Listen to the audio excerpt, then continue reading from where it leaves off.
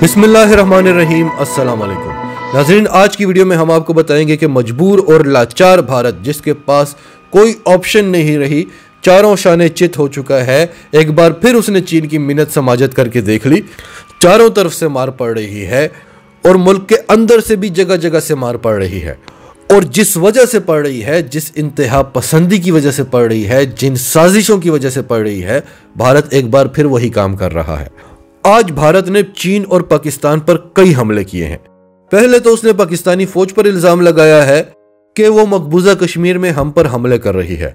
फिर आपको बताएंगे कि सिद्धू के मुंद्रा पोर्ट वाले बयान और लाहौर को अमृतसर से कनेक्ट करने वाले बयान के बाद आज मुंद्रा पोर्ट पे भारत ने जो पाकिस्तानी जहाज अगवा कर लिया है, जो चीन जा रहा था, और उस पर पाकिस्तान और चीन किस कदर तपे हुए हैं, आपको ये भी बताएंगे। फिर भारत से चीन और पाकिस्तान के मिलिट्री डिपार्टमेंट्स पर साइबर अटैक्स हो रहे हैं, इस पर भी चीन शदीद तपा हुआ है। और फिर मोदी ने ताइवान वाले मामले को डिस्कस करने के लिए क्वाड बुला लिया है, और ये चीन की दुखती रग पर हाथ रखना है। ये काम अमेरिका भी करने से डरता है।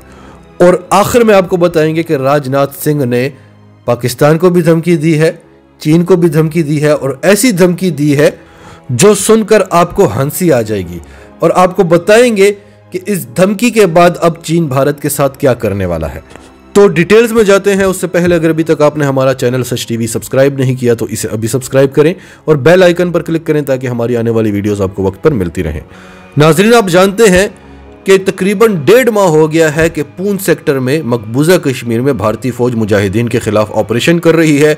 इनकी फौज की तादाद 9 लाख है। उनको बचाने के लिए 75 इजाफी कंपनियां आई हैं। फिर उनको भी बचाने के लिए 5000 इजाफी दस्ते आए हैं। यानी वो 9 लाख फौज कम पड़ रही थी। और मुजाहिदीन के ग्रुप की तादाद कितनी है? PAFF ग्रुप है, जिसके मुजाहिदीन की तादाद 10 है। और उन्होंने इनके फौजियों को नंगा करके दरख्तों पर लटकाया, इनका असलहा छीना, रोजाना की बुनियाद पर इनके फौजियों को मारा जा रहा है और ये कुछ नहीं कर सक रहे। ये उनका गुस्सा वहां के रिहायशियों पर निकालते हैं। आधी से ज्यादा आबादी को राजौरी में ये गिरफ्तार कर चुके हैं और बेकसूर और मासूम कश्मीरियों को मारकर कहते हैं कि हमने दहशतगर्दों को मारा है। और जब इन पर सवाल उठता है तो ये कहते हैं कि इसकी वजह यह है कि पाकिस्तान से मजीद दहशतगर्द आए हैं। मजीद 38 दहशतगर्द पाकिस्तान से इंटर हुए हैं। इन्होंने तो यहां तक कहा कि चीन पाकिस्तान के कश्मीर वाली साइड पर मुजाहिदीन को तैयार करके भारत की तरफ भेज रहा है। तो फिर लानत हो आपकी 9 लाख फौज पर के उनके होते हुए भी मुजाहिदीन बॉर्डर क्रॉस करके आ रहे हैं। जब ये सवाल उठता है तो आज की खबर क्या है कि ये कहते हैं कि पाकिस्तान हमारी बारूदी सुरंगों पर आग लगा लेता है। पाकिस्तान हमारी साइड पर आग लगाता है और हमने मुजाहिदीन को रोकने के लिए जो बारूदी सुरंगें बनाई होती हैं वो ब्लास्ट हो जाती हैं। तो उसके बाद मुजाहिदीन बड़े आराम से हमारी वाली साइड पर एंटर हो जाते हैं। तो सवाल ये है कि जब वो सुरंगें ब्लास्ट हो जाती हैं, जब वहां पर आग लगी होती है, तो आप कहां सोए पड़े होते हैं? आपकी 9 लाख फौज वहां पर क्या कर रही होती है? जब वहां पर आग लग जाए तो आपको मजीद एक्टिव हो जाना चाहिए और रातों रात नई सुरंगें बना लेनी चाहिए। आपकी फौज की तादाद कम तो नहीं है, हमारी फौज की तादाद तो बड़ी कम है, लेकिन आपके जासूस यहां से इंटर नहीं हो सकते। उनको ईरान या अफगानिस्तान वाली साइड से आना पड़ता था और वहां से भी हमने आपका सफाया कर दिया। आज सिद्धू जब पाकिस्तान आया हुआ था तो उसने कहा कि अगर कराची और मुंद्रा पोर्ट कनेक्ट हो सकते हैं तो अमृतसर और लाहौर क्यों नहीं कनेक्ट हो सकते? अमृतसर वाले अपना कुछ भी सामान भेजना चाहें लाहौर की तरफ तो वो सामान पहले इतना दूर मुंद्रा पोर्ट जाएगा, वहां से फिर कराची से लाहौर। लाहौर और अमृतसर इतने करीब हैं, लेकिन इनको आपस में तिजारत करनी हो तो इतनी दूर से सामान होकर आएगा। लेकिन डायरेक्ट कनेक्शन बंद किया हुआ है क्योंकि पाकिस्तान हमारा दुश्मन है। तो फिर मुंद्रा पोर्ट को भी बंद करें। तो मुंद्रा पोर्ट पे एक वो ड्रग्स वाला केस, आज सिद्धू की ये स्टेटमेंट, उसके बाद क्या हुआ? उसके बाद कराची से एक कार्गो जा रहा था, रेडियो एक्टिव कार्गो, शंघाई की तरफ। उस कार्गो को मुंद्रा पोर्ट पर पकड़ लिया गया क्योंकि इसी पोर्ट पर ये बदनाम हुए थे। तो अपनी बदनामी पहले तालिबान पर डाल दी थी और अब ये अपनी बदनामी इसी पोर्ट पर पाकिस्तान पर डालना चाहते हैं। ये कहते हैं कि इस जहाज में कंटेनर्स थे जिसमें 7th क्लास यानी खतरनाक तरीन ताबकार मादे थे। इसलिए हमने इसको जब्त कर लिया है। पहले तो आप ये पाकिस्तान पर इल्ज़ाम लगा रहे हैं, आप पाकिस्तान को बदनाम करना चाह रहे हैं, और दूसरा अगर जा भी रहा था तो आपके मुल्क में तो नहीं आ रहा, चीन जा रहा था। आपका क्या काम है कि आप पाकिस्तान से चीन जाने वाले जहाज को पकड़ लें। इस पर चीन शदीद तप गया है कि आपकी मजाल कैसे हुई। ये जब छोटी छोटी साजिशें करते थे उसके जवाब में चीन ने इनको कैसे सबक सिखाए, और अब ये इतनी बड़ी साजिश कर रहे हैं तो चीन इस वक्त सख्त तप गया है और चीन ने कहा है कि ये आग से खेल रहे हैं। पाकिस्तान भी आपसे लड़ने के लिए तैयार है और हम भी आपसे लड़ने के लिए तैयार हैं, और अगर आपका दिल करता है तो आप लड़ते क्यों नहीं हैं? कब तक आप ये साजिशें और प्रोपेगेंडास करते रहेंगे? फिर चीन ने कहा है कि भारत में एक बेबी एलिफेंट ग्रुप है। ये एक हैकर्स का ग्रुप है और चीन ने इनको बेबी एलिफेंट का नाम दिया है क्योंकि चीन ने कहा है कि अगर आज इनको ना रोका गया तो ये बड़े होकर हाथी बन जाएंगे, खतरनाक हाथी। ये हमारे मिलिट्री डिपार्टमेंट्स पर और पाकिस्तान के मिलिट्री डिपार्टमेंट्स पर साइबर अटैक्स कर रहे हैं, और एक बार फिर हम कह रहे हैं कि ये आग से खेल रहे हैं।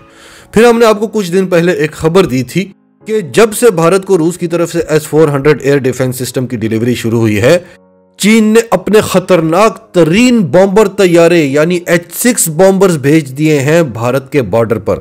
इन बॉम्बर्स को सीसीटीवी फुटेज में देखा गया और इनमें K-63 मिसाइल्स लगे हुए थे और 20 क्रूज मिसाइल्स भी लगे हुए थे। भारत अब जाकर इस खबर को उठा रहा है और इस खौफ में भारत ने क्वाड मीटिंग बुला ली है ताइवान वाले मामले पर। अभी हाल ही में शी जिनपिंग और बाइडेन का एक समिट हुआ था और उसमें शी जिनपिंग ने बाइडेन से कहा था कि जो अमेरिकी समझते हैं कि वो ताइवान को आज़ाद कराएंगे, जो अमेरिकी ये ख्वाब देखते हैं वो आग से खेल रहे हैं, और हम ये चीज़ बिल्कुल बर्दाश्त नहीं करेंगे कि आप ताइवान वाले मामले में मुदाखलत करें।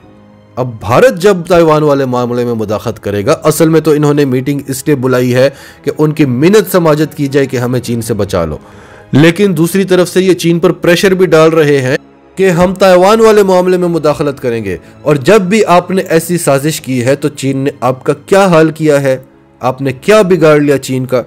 अब आखिर में आपको सबसे इंटरेस्टिंग खबर देते हैं। भारत के वजीर दिफा राजनाथ सिंह ने आज पाकिस्तान का नाम लेकर पाकिस्तान पर इल्जामात की बौछार कर दी कि भारत में जो कुछ भी हो रहा है, आज भारत जिस हाल पर है उसके पीछे पाकिस्तान का हाथ होता है और हम पाकिस्तान को सबक सिखाएंगे। ये कहते हुए क्या उसे शर्म नहीं आई? आपके दिल में भी ये सवाल आया होगा। उसे शर्म आई, उससे 27 फरवरी याद आया, लेकिन उसने उसको किस तरह से कवर किया? वो कहता है कि अब हम वो भारत नहीं रहे, यानी 27 फरवरी वाला भारत नहीं रहे, अब हम नया भारत हैं। ये न्यू इंडिया है जो पहले से बहुत ज्यादा ताकतवर हो चुका है। आप तो तब भी कहते थे कि आप बहुत ताकतवर हैं, उसके बावजूद आपका ये हाल हुआ था, तो अब हम आपकी बात कैसे मान लें? क्योंकि आप तो तब भी कहते थे, तब आप अपने आप को कमजोर तो नहीं मानते थे। आज आप कह रहे हैं कि तब हम कमजोर थे, आज ताकतवर हैं। तो एक तो हम आप पे एतबार नहीं कर सकते, दूसरा चीन ने जो आपका हाल किया है और आप खामोशी से बैठे हुए तमाशा देख रहे हैं। आपकी फौज को उसने मुर्गा बनाया, उनके कान पकड़वाए, जमीन पर लिटाकर उनसे माफिया मंगवाई। तो अब हम नहीं, पूरी दुनिया जानती है कि आपकी असलियत क्या है। कश्मीर में एक मुजाहिदीन के छोटे से ग्रुप ने पिछले 1.5 माह से आपकी 9 लाख फौज को तिगनी का नाच नचाया हुआ है, और आप कह रहे हैं कि पहले आप कमजोर थे, आज आप ताकतवर हैं। फिर राजनाथ सिंह ने एक और बात की, सिर्फ पाकिस्तान को नहीं, चीन को भी धमकी दी। राजनाथ सिंह ने कहा कि एनी कंट्री, कोई भी मुल्क, हिम्मत नहीं थी कि चीन का नाम ले सके। इनका जो प्रधानमंत्री है, जो हिंदुत्व के अखंड भारत के नारे लगाता था, उस मोदी ने आज तक चीन का नाम नहीं लिया, हिम्मत नहीं है। राजनाथ सिंह कहता है कि एनी कंट्री, कोई भी मुल्क अगर हमारे इलाकों पर कब्जा करने की कोशिश करेगा तो हमें सीमा पार करनी पड़ी तो वो भी करेंगे। सर्जिकल स्ट्राइक्स तो क्या, एयर स्ट्राइक्स भी करेंगे। बेचारा आवाम के सामने जज्बात में आया हुआ था और इनको बड़ा मजा आता है बहादुर बनने का, लेकिन ऐसे ही लग रहा था जैसे हाथी के सामने चींटी ने टांग उठाई हो। वो चीन जिसने खला में अपने ठिकाने बना लिए हैं, वो चीन जिसने हाइपरसोनिक मिसाइल बना लिए हैं, अब ब्रह्मोस, अग्नि 5, तेजस के साथ उन पर कैसे स्ट्राइक्स करेंगे। और फिर आप कह रहे हैं कि अगर किसी मुल्क ने हमारे इलाके कब्जा करने की कोशिश की। अभी तक तो आप नहीं मानते थे, लेकिन जब से अमेरिकी रिपोर्ट आई है, जब से यूएस डिफेंस डिपार्टमेंट ने कहा है कि चीन ने आपके इलाकों में कई गांव बसाए हुए हैं, यूएस सेनेटर जॉन कॉर्निन ने कहा कि सैकड़ों गांव बसाए हुए हैं, उसके बाद तो आपकी हुकूमत ने भी तस्लीम कर लिया, आपके मीडिया ने भी तस्लीम कर लिया, 2 गांव तो आपने तस्लीम कर लिए हैं, तो फिर करें सर्जिकल स्ट्राइक्स, फिर एयर स्ट्राइक्स करें। आप इंतजार किस चीज का कर रहे हैं? अगर वाली बात तो तब की खत्म हो चुकी है जब से अमेरिकी रिपोर्ट आई है। और आखिर में आपको एक बहुत अहम बात बताते चलें कि चीन ने आपकी ये बात सुन ली है। जब वो आपके मीडिया से ऐसी बातें सुनता है तो आप जानते हैं कि वो आपका क्या हाल करता है। आज आपके वजीर दिफा ये बात कर रहे हैं, ये चीन ने सुन लिया है। नाजरीन, आपकी सबके बारे में क्या राय है? कमेंट्स में अपनी राय का इजहार करते रहें। और अगर आप हमारे चैनल पर नए हैं तो अभी सच टीवी को सब्सक्राइब करें, सच टीवी फैमिली का हिस्सा बने। और हमारी वीडियोस पसंद आई तो इन्हें लाइक करें, शेयर करें, ताकि ज़्यादा से ज़्यादा लोगों तक ये मैसेजेस पहुंचते रहें।